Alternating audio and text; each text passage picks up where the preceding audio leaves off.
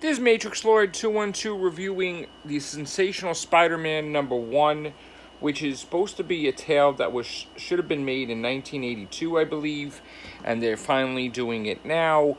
I believe this was partly written by a fan, and it actually contains a costume we've never seen before, right there.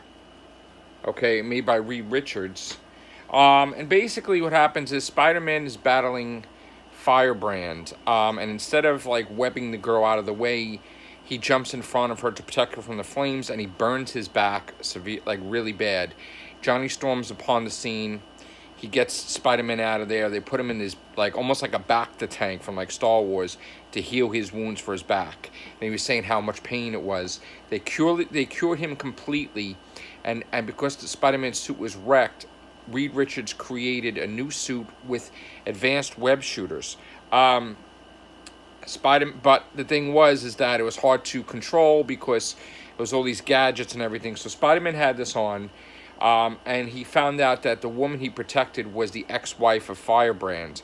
So he tracks her back to her house, and he goes to protect her, and she has a daughter. And the guy was like, "Why'd you take my money?" You know, it was the ex-husband. She cleared out the bank account, whatever. So he goes to kill her and everything, and the daughter's like screaming at him, you know, "You're not my father died," whatever. Before that happened, Spider-Man came on the scene, and the little girl was looking through the door, and she basically says, "You're not Spider-Man, because Spider-Man doesn't wear black. Villains wear black." And back in the 80s, like, villains did wear dark stuff. That meant that they were evil back in the 80s. So he's trying to say, so now the girl comes out there, she talks to Firebrand, yelling that her father's dead, he's not my father. He goes to kill the mother. Spider-Man stops and saves the day. Basically, webs up Firebrand, knocks him out. The girl is petrified of black. And then he decides to give the suit back to Reed Richards, saying that, you know, the web shooters are kind of weird. He's used to his own design, and, you know, he's used to the red and the blue, and this is not him. So he gives the suit back to Reed Richards and thanks him. But I guess what happens is then when they have Secret Wars right after, and his suit gets wrecked, I guess from his memories, like the Beyonder plucked a suit design, which would be this, but not like the red, just like the black suit or whatever. And I guess that's what they're trying to explain. So I think.